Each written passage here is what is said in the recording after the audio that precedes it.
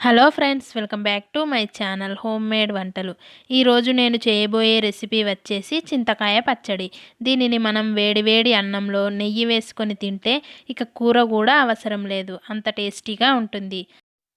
ఇక ఇప్పుడు చింతకాయ పచ్చడి తయారీ విధానం చూద్దాం. ముందుగా స్టవ్ మీద ఒక కడాయి పెట్టుకొని అందులో ఒక అరకప్పు వరకు పుచ్చగింజలు వేసుకోవాలి. వీటిని చిటపటలాడే వరకు వేయించుకోవాలి.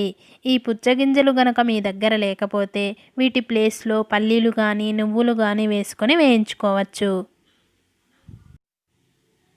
ఇలా ఇవి చిటపటలాడిన తర్వాత స్టవ్ ఆఫ్ చేసి వీటిని ఒక బౌల్లోకి తీసుకొని చల్లారనివ్వాలి. తర్వాత అదే కడాయిలో ఒక 15 నుంచి 20 వరకు ఎండుమిర్చిని వేసి కొద్దిగా ఆయిల్ వేసి వేయించుకోవాలి. ఈ ఎండుమిర్చి కాస్త వేగిన తర్వాత ఇందులో 2 రెమ్మల కరివేపాకు వేయాలి. ఈ కరివేపాకు వేయడం వల్ల పచ్చడి టేస్ట్ చాలా బాగుంటుంది. తర్వాత ఇందులో 1 టేబుల్ స్పూన్ జీలకర్ర వేయాలి. ఇలా ఒక 2 నిమిషాలు వేయించుకున్న తర్వాత వీటిని కూడా ఒక బౌల్లోకి తీసుకుని చల్లారనివ్వాలి. ఈ పచ్చడి చేయడానికి అతి ముఖ్యమైన ఇంగ్రీడియంట్ చింతకాయ నిల్వ పచ్చడి. దీనిని మనం పచ్చి చింతకాయలు, పసుపు, ఉప్పు, మెంతులు వేసి దంచి పెట్టుకుంటే సంవత్సరం పైనే నిల్వ ఉంటుంది. దీనిని ఎలా చేయాలన్నది నేను నెక్స్ట్ వచ్చే వీడియోలలో చూపిస్తాను.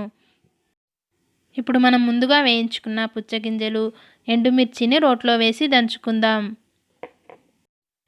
వీటిని మీరు మిక్సీలో కూడా వేసుకోవచ్చు. కాకపోతే రోటిలో చేసిన పచ్చడి చాలా టేస్టీగా ఉంటుంది కాబట్టి నేను ఈరోజు రోటి పచ్చడి చేస్తున్నాను. ఈ పుచ్చగింజలు ఇలా మెత్తగా పౌడర్లా అయిన తర్వాత ఇందులో ఎండుమిర్చిని వేసి మెత్తగా పౌడర్ చేసుకోవాలి.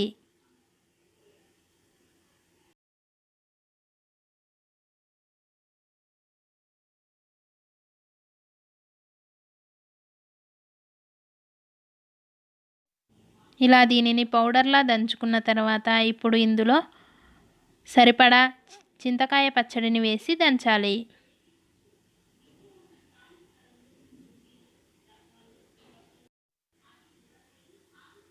ఇలా చింతకాయ పచ్చడి, కారం రెండూ కలిసిపోయేలా దంచుకోవాలి.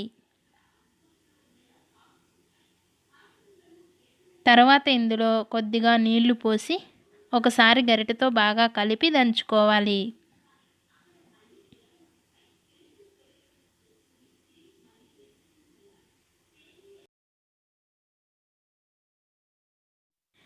ఇలా దంచుకుంటూ ఇందులో కొంచెం కొంచెం వాటర్ యాడ్ చేసుకుంటూ పచ్చడి ఈ కన్సిస్టెన్సీలో ఉండేలా చేసుకోవాలి.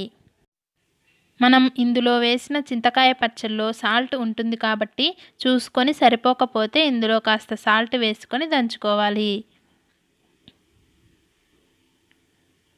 తర్వాత ఇందులో ఒక ఉల్లిపాయ, ఒక 5-6 వెల్లుల్లి రెబ్బలు వేసి కచ్చాపచ్చిగా దంచుకోవాలి.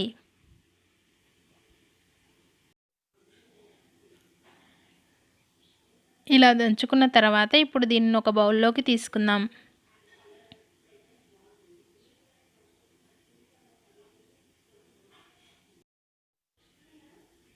ఇప్పుడు ఈ పచ్చడికి మనం తాలింపు వేయాలి. స్టవ్ మీద ఒక కడాయి పెట్టుకొని అందులో 1 టేబుల్ స్పూన్ ఆయిల్ వేసి ఆయిల్ కాస్త హీట్ అయ్యాక ఇందులో 1 టేబుల్ స్పూన్ పోపు దినుసులు, ఒక ఎండుమిర్చి వేసి వేగనివ్వాలి. తర్వాత ఇందులో కొద్దిగా కరివేపాకు వేసి స్టవ్ ఆఫ్ చేయాలి. తర్వాత దీనిని మనం ముందుగా నూరుకున్న పచ్చడిలో వేసుకుంటే ఎంతో టేస్టీగా ఉండే చింతకాయ పచ్చడి రెడీ అయినట్లే. ఫ్రెండ్స్, చూశారుగా చింతకాయ పచ్చడి ఎలా ప్రిపేర్ చేయాలో. మీరు కూడా ట్రై చేసి ఎలా వచ్చిందో నా కామెంట్ సెక్షన్లో చెప్పండి. ఈ వీడియో నచ్చితే లైక్ చేయండి, షేర్ చేయండి. అలాగే ఇలాంటి మరిన్ని రెసిపీస్ కోసం నా ఛానల్ని సబ్స్క్రైబ్ చేసి పక్కనే ఉన్న బెల్ సింబల్ని క్లిక్ చేసి ఆల్ అనే ఆప్షన్ క్లిక్ చేయండి. ఇలా చేయడం వల్ల నేను ఎప్పుడు వీడియో అప్లోడ్ చేసినా ఆ నోటిఫికేషన్ మీ వరకు వస్తుంది. Thank you for watching in this video.